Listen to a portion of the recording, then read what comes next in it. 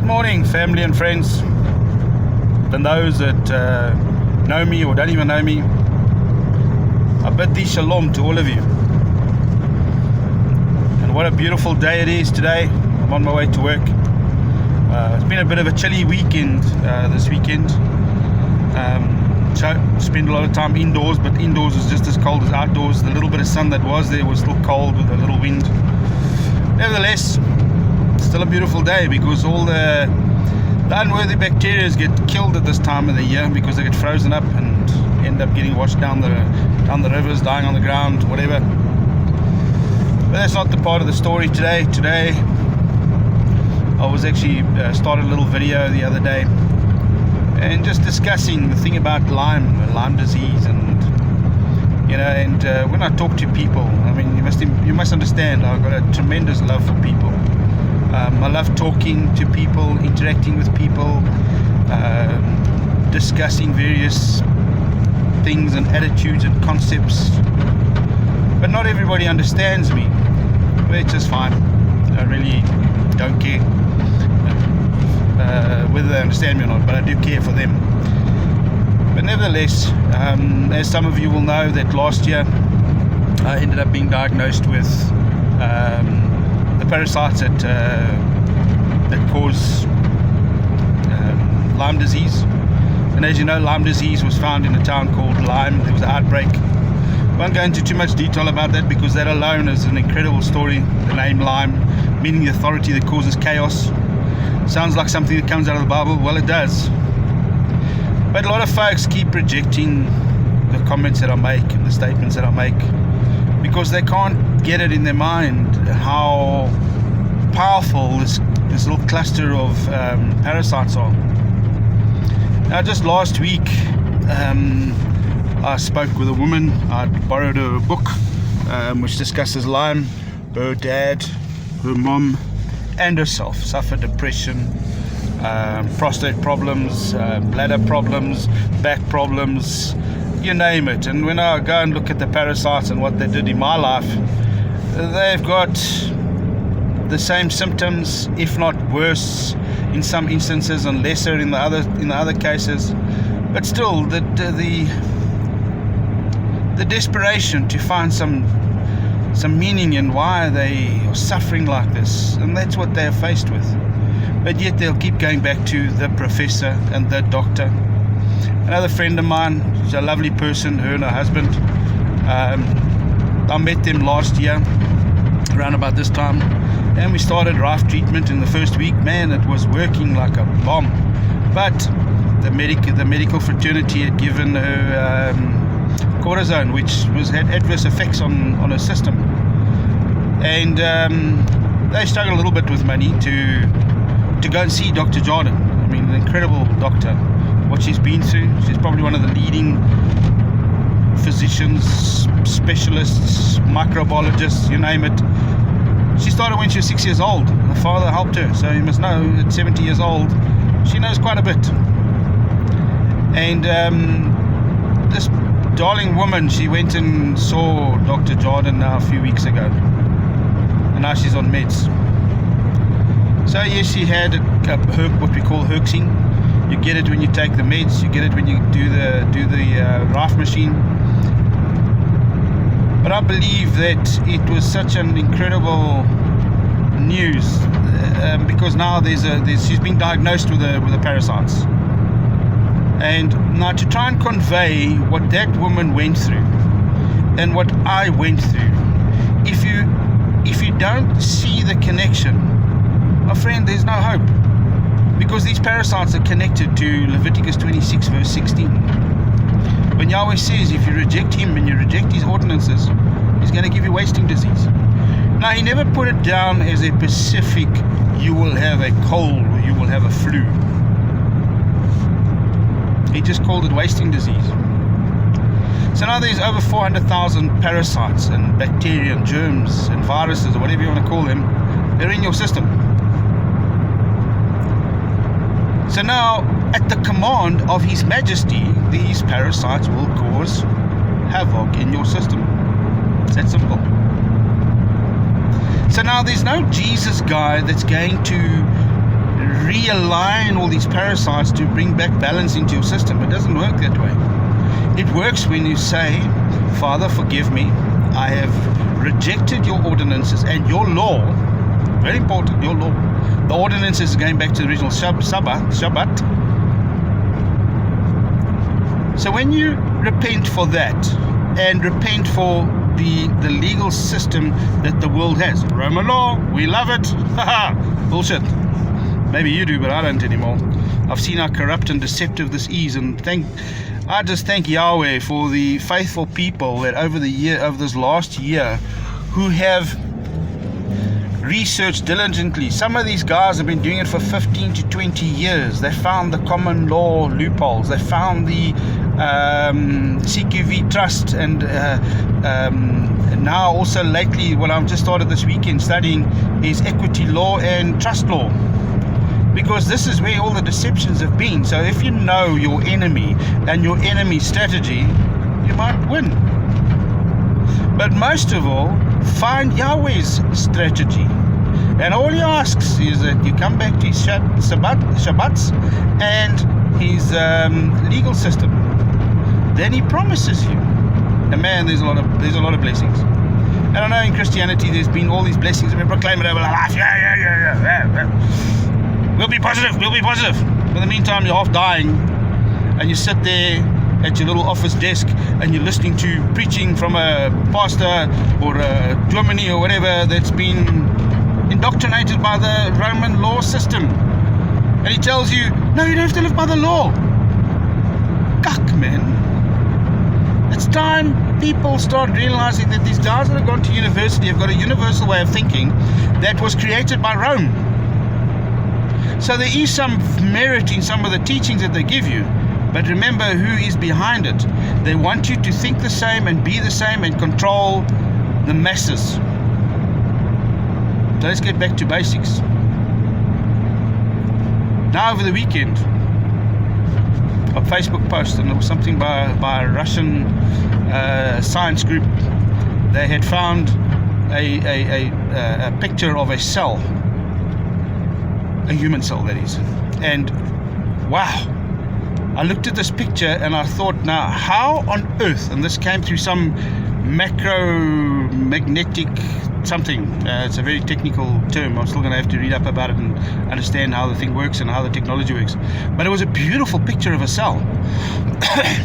Now if that thing is so complex, man, there's not a doctor on this planet that can fix you up. That I can guarantee you. They can't even, they created the COVID to manipulate us and to get us to take that nanotechnology they want to put in your system. And when you look at how complex a cell is, and how beautiful and stacked away each component in the cell is, man, this is just, it's incredible. Now the problem is when you look at Lyme, and there's 400,000 parasites and bacteria and viruses that infect those cells in some way or another, either on the outside or on the inside. Now, according to the specialists, being the Dr. Jardins and the couple of guys from the LymeDisease.org, really good read, you will see that, and if you understand who Yahweh is, from a Levitical point of view, then you'll understand that this cell is designed for a specific purpose.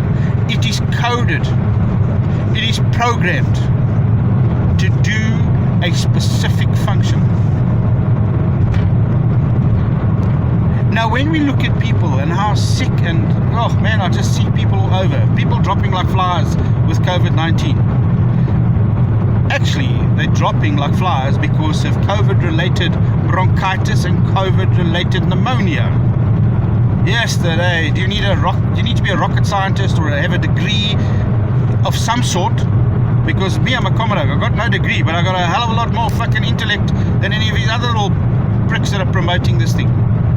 Guys, Yahweh did not make anything useless. He created this human body as an incredible piece of machinery. It is so complex and so intricate. It's mind-boggling.